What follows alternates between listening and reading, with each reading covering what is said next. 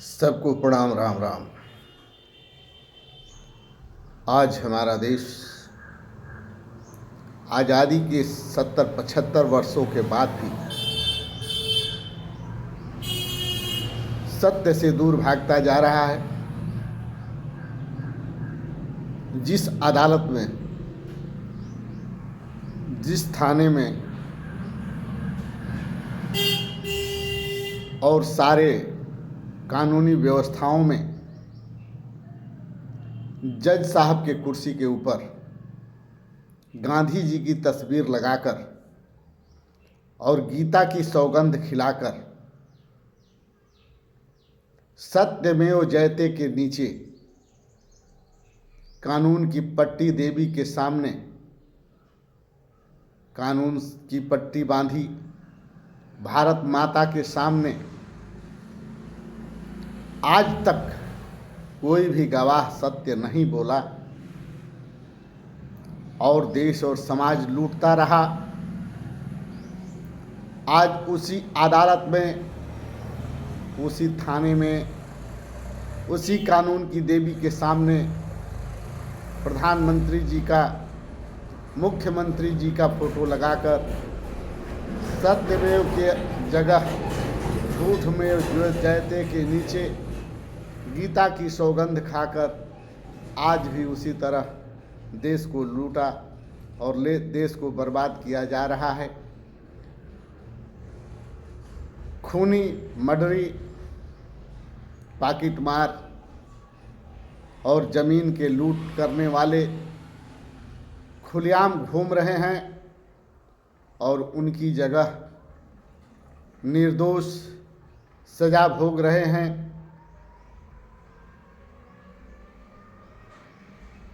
साबूत के अभाव में, झूठ सत्य के अभाव में, जिस प्रकार पहले गांधी जी के नाम पर, भारत माता के नाम पर और सत्यमेव जयते के नाम पर देश और समाज को लूटने का काम किया जा रहा था और झूठी कस्में खाकर निर्दोष लोगों को सजा दिलाया जा रहा था, उसी तरह आज हमारे प्रधानमंत्री जी का फोटो लगाकर, आज हमारे मुख्यमंत्री जी का फोटो लगाकर सत्यमेव जयते लिखकर और गीता की सौगंध खाकर आज भी उसी प्रकार हमारे देश और समाज के निर्दोष जनता को जेल के अंदर बंद कर दिया जा रहा है और उन्हें तरह तरह की यातनाएं दी जा रही है। बस अंतर इतना ही है कि उस समय सत्यमेव जयते के ऊपर गांधी जी की तस्वीर लगी होती थी, अब प्रधानमंत्री श्री नरेंद्र मोदी जी की तस्वीर लगी हुई है, मुख्यमंत्री जी की तस्वीर लगी हुई है। बस अंतर इतना ही है कि उस समय गांधी जी और सत्यमेव जयते के नीचे खुलेआम लूट, खुलेआम झूठ और खुलेआम शोषण हो रहा था। आज वही काम हमारे प्रधानमंत्री जी के तस्वीर के नीचे, हमारे मुख्यमंत्री जी के तस्वीर के नीचे और वही सत्यमेव जयते के नीचे वही गीता की सौगंध खाकर आज भी हमारे देश और हमारे समाज को गुमराह किया जा रहा है। कातिल खुलेआम घूम रहा है और निर्दोष सजा भोग रहे हैं और गवाह झूठी कस्में खा कर, गीता की सौगंध खा कर प्रधानमंत्री जी और मुख्यमंत्री जी के तस्वीर के सामने झूठ बोल बोल कर समाज को उसी तरह गुमराह कर रहे हैं जिस तरह आज़ादी के 75 वर्षों से समाज को गुमराह करके दोषियों को बचाया जाता था, निर्दोषों को सज़ा मिलती थी। आज भी वही परिस्थिति चल रही है, वही स्थिति चल रही है। हम समाज से पूछना चाहते हैं कि सरकार बदलने से या चेहरा बदलने से हमें क्या मिला? झूठ ही झूठ मिला, जो झूठ वर्षों से मिल रहा है।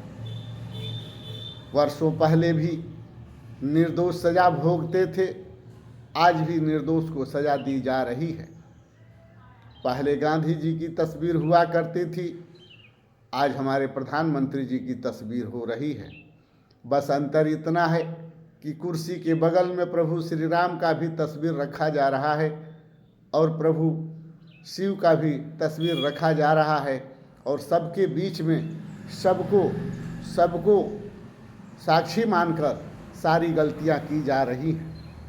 लेकिन सरकार इस पर विचार नहीं कर रही है। सरकार इस सब चीज़ खुली आंखों से देख रही है, फिर भी चुप है। सरकार समाज के हित में कुछ भी ऐसा नहीं कर रही है जिससे समाज रोजगार परक हो सके, जिससे समाज को न्याय मिल सके, जिससे समाज को हिंसा से बचाया जा सके और अहिंसा के रास्ते पर ले जाया जा सके।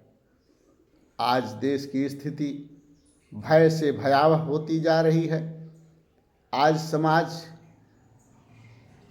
गड्ढा युक्त रास्ते पर चलने के लिए मजबूर है। आज समाज नमक रोटी खाने के लिए मजबूर है। आज समाज पैदल चलने के लिए मजबूर है। आज समाज महंगाई के बोझ तले दबने के लिए मजबूर है। आज समाज बेरोजगारी से लड़ने के लिए मजबूर है। आज समाज लूट, झूठ, खसोट और बलात्कार से जूझने के लिए मजबूर है। जब किसी लड़की की इज्जत लूटी जाती है तो हम और आप यह कह करके चुप हो जाते हैं कि हमारी बहन थोड़े है, हमारी बेटी थोड़े है। लेकिन यह तो क्रम लगा हुआ है। आज किसी और की बहन है, कल किसी और की बेटी होगी, कल किसी और की बेटी होगी, कल किसी और की बहन होगी। बलात्कार तो सबके साथ होगा। अगर एक माँ के साथ बलात्कार हो रहा है तो हमारी सारी माताएं बलात्कारित हो रही हैं। अगर आज हमारी एक बेटी की इज्जत आबरू लूटी जा रही है तो हमारे देश की सारी बेटियों के साथ आबरू लूटा जा रहा है। अगर हमारी एक बहनों के साथ आबरू लूटा जा रहा है तो हमारे देश की सारी बहनों की इज्जत लूटी जा रही है। लेकिन हम और आप यह कहकर चुप हैं कि हमारी बहन थोड़े हैं। कहीं न कहीं हम इस कदर से घृणित हो चुके हैं, कहीं न कहीं हम इस कदर से हमारा संस्कार और हमारी संस्कृति और हमारी भक्ति इस कदर से चूर चूर हो चुकी है कि हमें अपने पराये का बोध होने लगा है और हम अपने पराये के अंतर को समझे बिना ऐसी ऐसी गलतियां कर जा रहे हैं कि जिस मलमूत्र के बीच से निकलकर हम इतने बड़े शरीर को पाने का प्रयास किए हैं और माता पिता के कर्मों के या कुकर्मों की वजह से आज हम धरती पर विचर रहे हैं, घूम रहे हैं। उसी पाप व्यवस्था के बीच से आने के बाद भी हम उसी पाप व्यवस्था में लिप्त हो जा रहे हैं और हम ये भी भूल जा रहे हैं कि ये हमारी बहन होती तो क्या होता, ये हमारी बेटी होती तो क्या होता, ये हमारी माँ होती तो क्या होता। यह सोचे बिना हम यह सोच जाते हैं कि हमारी बहन थोड़े है, हमारी बेटी थोड़े है, हमारी माँ थोड़े है। अरे आपकी माँ हो, चाहे आपकी बेटी हो, चाहे आपकी बहन हो या गैर की बहन हो, है तो किसी भाई की बेटी बहन, है तो किसी भाई की माँ। अगर किसी भाई के माँ बहन बेटी के साथ ऐसा दुराचार हो रहा है तो यह आपके भी माँ बेटी बहन के साथ हो रहा है। बस सोच का अंतर है। बस ये कमजोरी छिपाने का एक तरीका है, ये नामर्दी का एक तरीका है, ये नपुंसकता की एक तरीका है, ये निसहाय का एक तरीका है जो यह कहकर टाल जाता है कि हमारे साथ थोड़े हुआ है, ये तो उनके साथ हुआ है। ये कमज़ोर लोगों की एक पहचान है, ये नपुंसक लोगों की एक पहचान है, यह नामर्द लोगों की एक पहचान है जो किसी दूसरे के साथ हो रहे अन्याय को बर्दाश्त करते हैं और आंख बंद करके उसी रास्ते से चले जाते हैं। बोलने की हिम्मत नहीं रखते हैं, मरने की हिम्मत नहीं रख सकते हैं, सत्य से लड़ने की हिम्मत नहीं रखते हैं, झूठ का साथ देते हैं, झूठ के लिए लड़ते हैं, और झूठ के लिए आवाज़ उठाते हैं। यह कहीं न कहीं हमारे देश और समाज को खोखला करता जा रहा है, लेकिन हम जगने के लिए तैयार नहीं हैं। सत्यमेव के साथ खिलवाड़ हो रहा है, सत्यमेव के साथ खिलवाड़ हो रहा है। हमारे धर्म गीता के साथ अन्याय हो रहा है, द्रोह हो रहा है और सत्य बोल बोल कर इन्हें अपमानित किया जा रहा है और झूठ बोल बोल कर इन्हें सराहनीय कहा जा रहा है, जो कि हमारे देश और समाज दोनों के लिए खतरनाक है। आज हमारे धर्म का सबसे पवित्र ग्रंथ गीता का कसम झूठी खाई जाती है और सत्यमेव हमारे इस भारत का सबसे बड़ा धर्म और सबसे बड़ा लेखन के नीचे बैठकर झूठ बोला जाता है और गांधी जी प्रभु के दूसरे अवतार के नीचे बैठकर सामने खड़े होकर गीता का कसम खाया जाता है। इस तरह के देश में हो रहे अन्याय, इस तरह के हो रहे व्याभिचार, इस तरह के हो रहे देशद्रोह को कोई देख नहीं पा रहा है। यह सबसे बड़ा देशद्रोह है, यह सबसे बड़ा समाजद्रोह है, ये सबसे बड़ा कुलद्रोह है जो गीता की कसम खाया जाता है और वो भी गांधी जी के तस्वीर के सामने सत्यमेव जयते के नीचे। लेकिन इसको कोई पढ़ नहीं पाता है, इसको कोई देख नहीं पाता है, इसको कोई समझ नहीं पाता है और इसके चलते कितने निर्दोष जेल में सज़ा भोग रहे हैं, कितने निर्दोष जेल में सदा यापता, फांसी और यहाँ तक के आजीवन कारावास भोग रहे हैं। इस पर सरकार को ध्यान देना चाहिए, क्योंकि जो भी आज जेल में बंद हैं उसमें अधिकांश निर्दोष लोग हैं। इन लोगों को जेल से निकालने का प्रयास करना चाहिए और इन लोगों की लड़ाई सरकार को लड़नी चाहिए, क्योंकि सारे सबूत सही नहीं होते, सारे गवाह सही नहीं होते और सारे जेल में रहने वाले सज़ा याफ्ताई नहीं होते। इन्हें सज़ा याफ्ताई थाना, पुलिस और गवाह मिलकर बना देते हैं कागज़ के माध्यम से, झूठे कस्में खाकर और झूठी गवाही करके।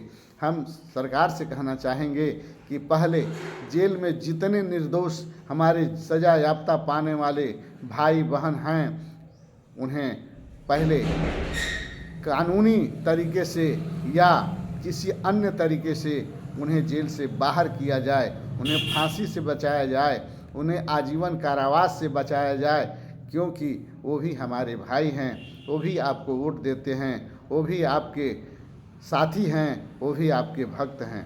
चाहे किसी न किसी रूप में वो भी सनातन के अनुयायी हैं, वो भी सत्य के अनुयायी हैं, वो भी गांधी जी और हमारे प्रभु के अनुयायी हैं। लेकिन उन्हें गीता का ही कसम खाकर सत्यमेव के जयते के नीचे ही गांधी जी के सामने ही गलत तरीके से बयान देकर फंसा दिया जाता है और जेल में डालकर उन्हें कारावास दे दिया जाता है, फांसी दे दिया जाता है। इस पर सरकार को विचार करना होगा और इस तरह के कानूनों को बदलना होगा। जय हिंद, जय भारत, जय सर्व समाज।